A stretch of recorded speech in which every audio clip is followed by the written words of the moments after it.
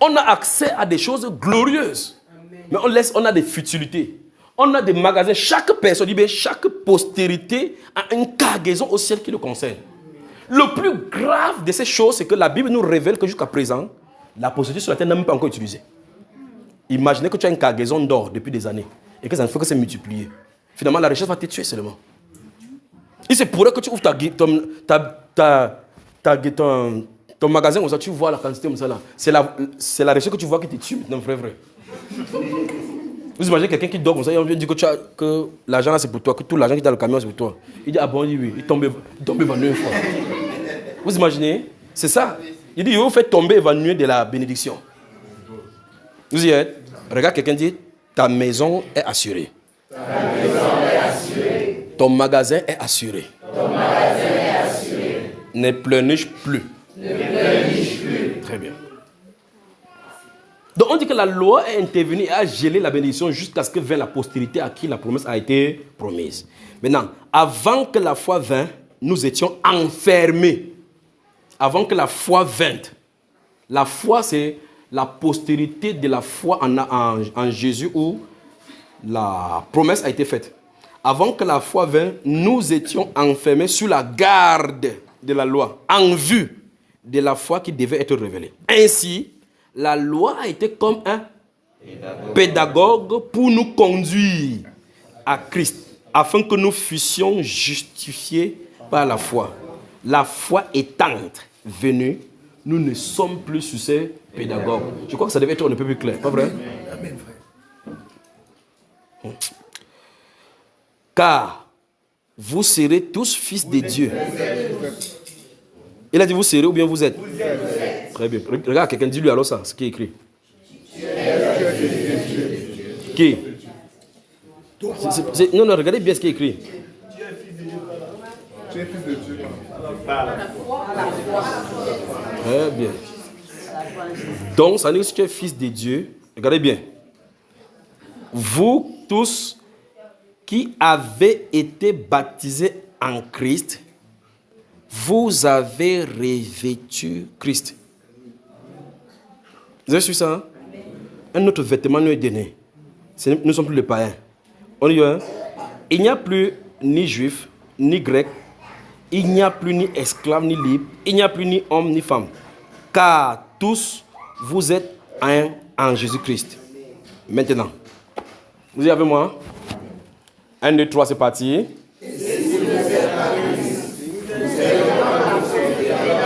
Stop. Encore.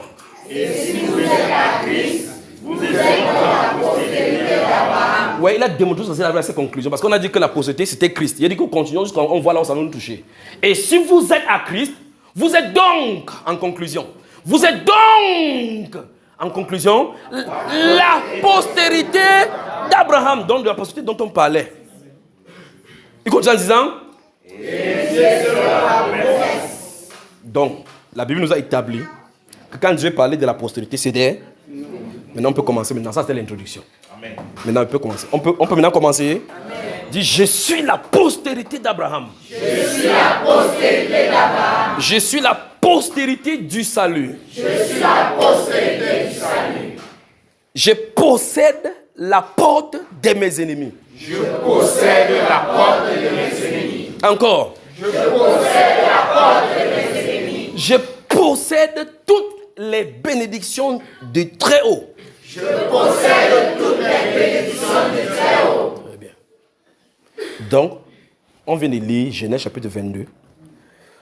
Dieu a dit, ne tue pas ton fils.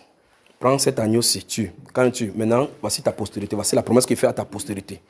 On nous explique que cette postérité, elle parlait de Christ. Et on dit donc, en fait, ce n'est pas Christ. Parce qu'il a dit, Christ était seul. Mais là-bas, il avait vu plusieurs. Christ s'est démultiplié par la parole. Parce que là-bas, Christ n'a pas d'enfants. Et on parle des postérités qui sont nombreux. Donc, tous ceux qui sont engendrés selon le modèle de Christ, c'est des deux dont on parlait. Et en conclusion, on a dit que c'est vous qui êtes en Christ, qui sont dans cette postérité dont on parlait. Héritiers seront la pro. Avançons dans le prochain livre. Magnifique Jésus. Le prochain livre, après ceci, c'est quoi? Regardez. Que Dieu vous bénisse. Dis à quelqu'un bon dimanche. Bienvenue dans sa sainte présence. Je vous ai demandé de lire ces livres-ci. Je vais juste prendre un verset pour montrer la chose, d'accord? Mais on va y revenir plus tard. D'accord? Éphésiens chapitre 1. Regardez. Suivez-moi très attentivement. Oh. On y va? Regardez. Je vais lire, ce qu'il veut lire sont contenus dans le chapitre 1, 2 et 3. Mais à un moment donné, on va lire sauf que. C'est très bon à moi. C'est bon. C'est bon aussi à vous. Amen. Que Dieu vous bénisse. Amen. Vous savez pourquoi ils sont des prophètes, ils ne veulent pas quitter ici? Parce que ça fait un mois, ils veulent prêcher ici n'importe comment, le Saint-Esprit ne me permet pas. Donc, comme il a donné le boulevard maintenant, c'est moi qui dégage la parole ici. Là. Amen. Chaque fois qu'il vient ici, il veut prêcher, il n'y a pas de pensée.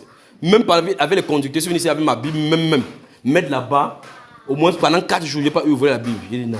Donc, laissez-moi lire la Bible aujourd'hui. Béni, nous sommes au verset 3. Béni soit Dieu, le Père de notre Seigneur Jésus-Christ, qui va nous bénir. Vous entendez ça? Hein? Qui nous a bénis. L'harmonie de la Bible est parfaite. Parce que ce qu'on dit ici, c'est ce qui s'est passé dans la Genèse. En fait même, quand Dieu dit ça à Abraham, ce n'est pas là que ça commence. Quand Dieu dit à Abraham que telle sera ta postérité, il a dit d'informer Abraham. Mais en fait, le gros plan a été fait dans l'univers, dans l'esprit. Vous comprenez ce que je veux dire? C'est qu'il a dit à Abraham que ça va venir sur la terre, est conçu en lui. Donc, ce n'est pas quand il dit à Abraham que la promesse commence. Non. Il vient dire à Abraham, ceci veut dire qu'il a dit de dévoiler un plan à Abraham. Le plan est en lui. Donc, dans l'esprit, c'est accompli. Vous comprenez? Ce qu'il veut dire, c'est que quoi? Les bénédictions dont on parle, ce n'est pas une bénédiction qui va venir, qui vont venir. Ce sont les bénédictions qui ont été là depuis longtemps. Que Dieu doit plutôt manifester. Vous savez? Très bien. Béni soit Dieu, le Père de notre Seigneur Jésus-Christ, qui nous a, pas qui va nous, qui nous a entouré nous. Vous y êtes? Très bien. Donc, Dieu nous a. Il nous a quoi? Béni. Quel genre? De toutes sortes. Là maintenant, on se trouve donc face à un dilemme. On est véritablement béni de toutes sortes. Et il a fait l'effort de cacher ces choses-ci dans un endroit précis pour que la rouille, la teigne, les voleurs ne puissent pas trouver. Dans les lieux célestes où? Maintenant, j'ai l'immense honneur, le privilège de me tenir sur la terre pour vous informer qu'aucune de vos bénédictions n'a été touchée. Amen.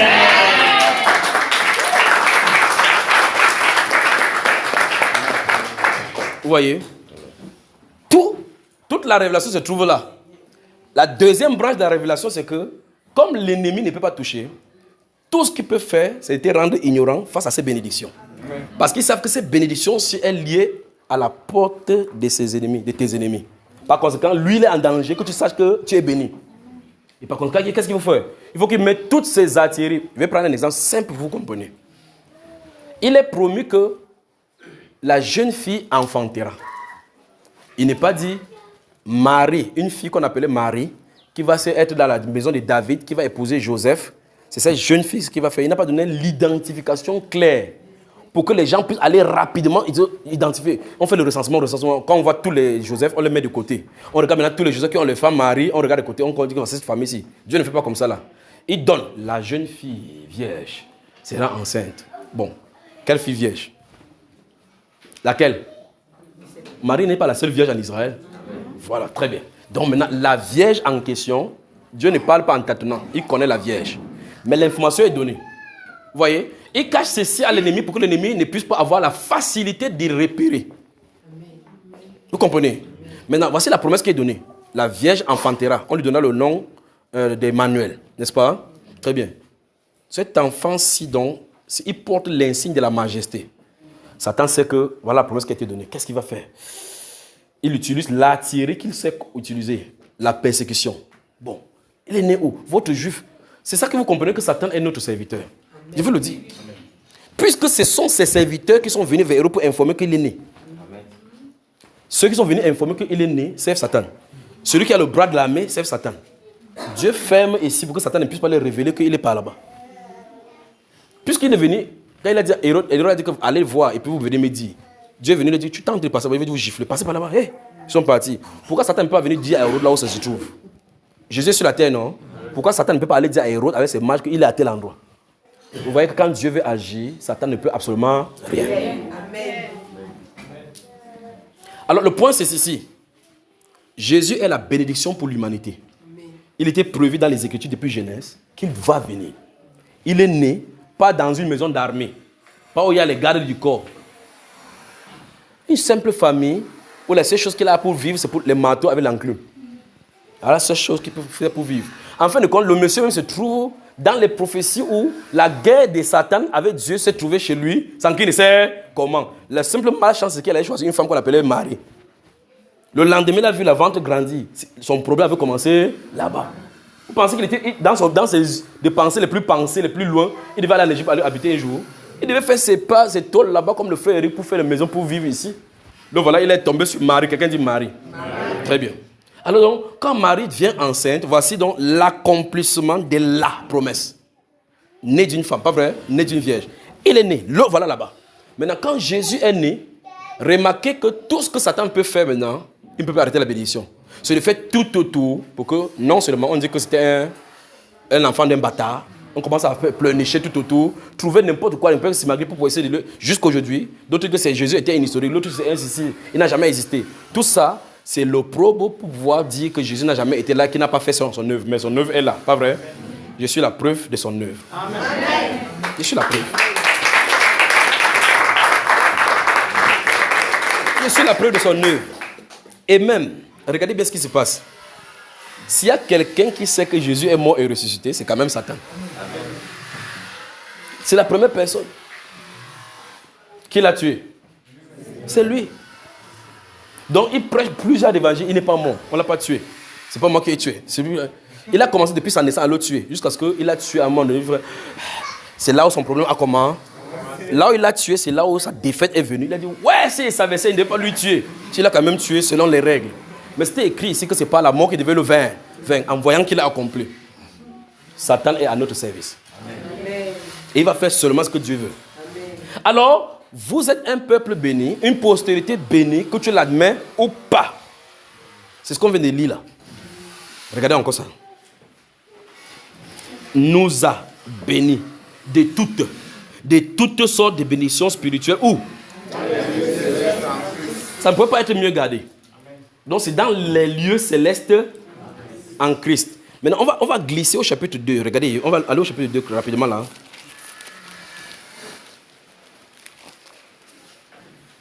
Non, restons d'abord au chapitre 1. Je vais vous montrer quelque chose, regardez. Restons au chapitre 1 rapidement, regardez. Je lis à partir du verset 15, d'accord?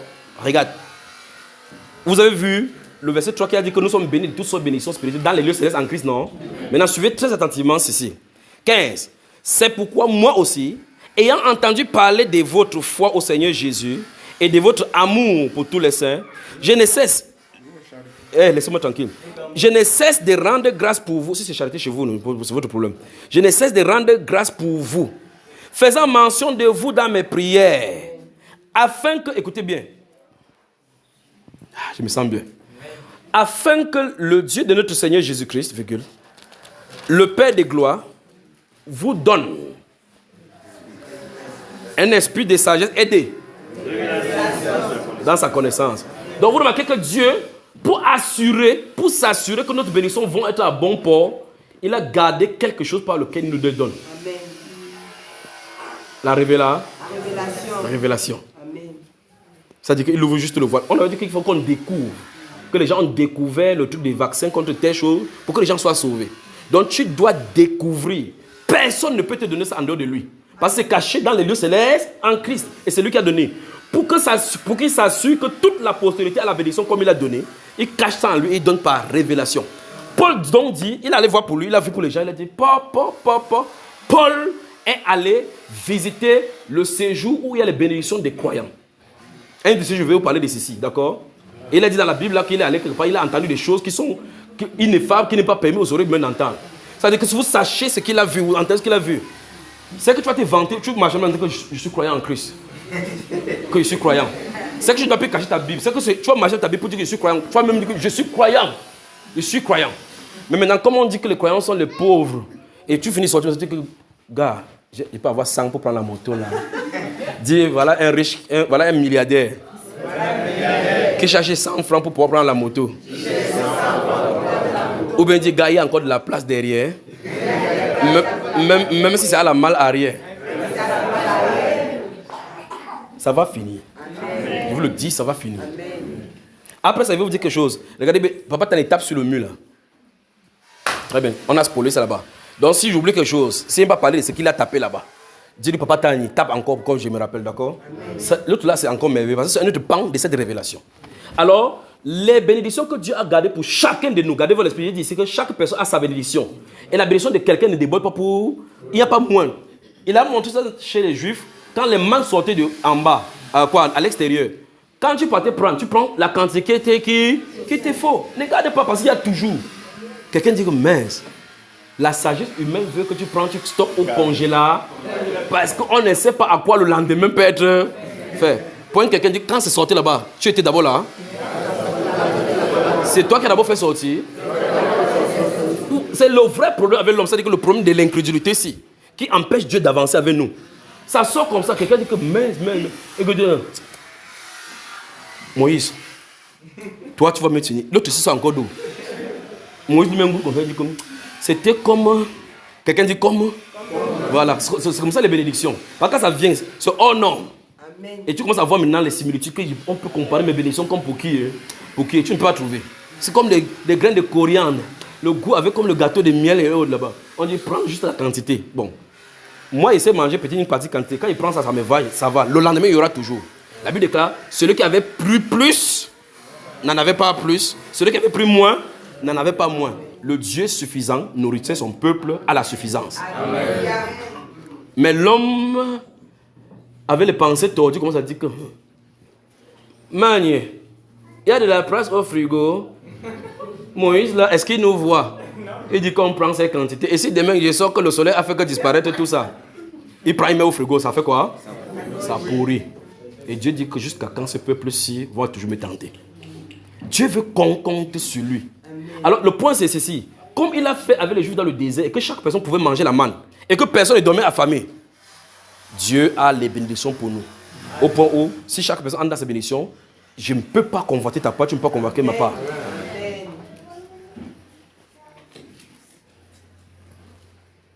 Vous savez, c'est la première fois que j'entends le Saint-Esprit dire que c'est très bien de le dire cela. Vous entendez? Très bien de le dire ça. C'est comme si quelqu'un fait comme ça. Et dis-le ça. Merci Saint-Esprit. Merci Saint-Esprit. Merci Saint-Esprit. Merci. Merci. C'est de votre droit de l'avoir. C'est bien de le dire ça. Il faut le dire. Merci. Glorieux ami. Va-t'en, tu dors. Si le frère là prend la clé, il entre chez toi, c'est ton problème. Il ne peut pas entrer. Ta clé, c'est pour toi, n'est-ce pas? Amen. Même si tu dors. Alléluia. Amen. Alors, la Bible dit ici, il nous a bénis dans les lieux célestes en Christ. Et maintenant, nous sommes au verset 15. C'est pourquoi moi aussi, ayant entendu parler de votre foi au Seigneur Jésus et de votre amour pour tous les saints, c'est charité qui s'est écrit, je l'ai expliqué avec amour. Parce que je vous pose la question que charité, c'est comme ça, veut dire que c'est le truc des papes. Charité, charité. Je ne cesse de rendre grâce pour vous. Regardez bien. Il a entendu parler de quelque chose concernant les chrétiens. Il commence à rendre grâce. Il dit, Seigneur, je vous remercie. Regardez, on va s'arrêter verset après verset. Je ne cesse de rendre grâce pour vous.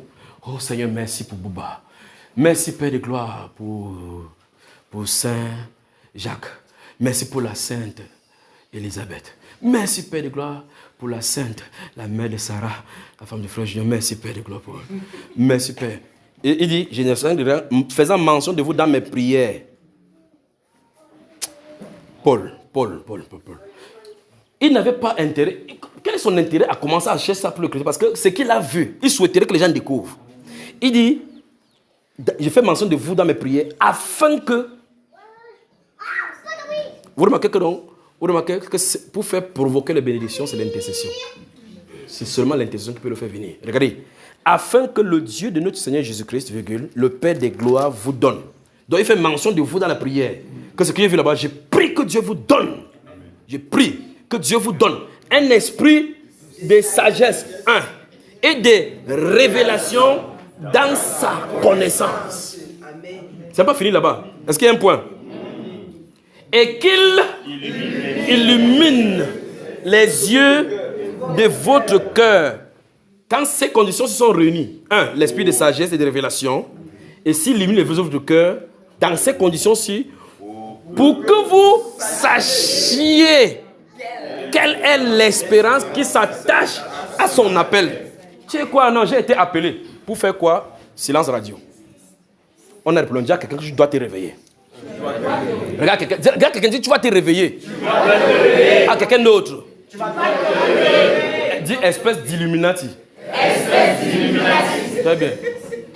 Parce que Dieu dit que tant qu'on ne devient pas les Illuminati, on ne peut pas comprendre. C'est ce qu'on a dit là-bas. Dis bonjour, Saint Illuminati.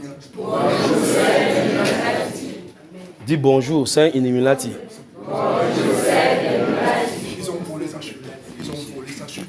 Quand vous dites non, vous avez peur, est-ce que j'ai encore peur que quelqu'un dise que dites n'importe quoi sur mon nom, je m'en fous de vous. Je sais ce que j'ai vu là-bas, je sais où je vais, je sais ce que je suis en train de faire.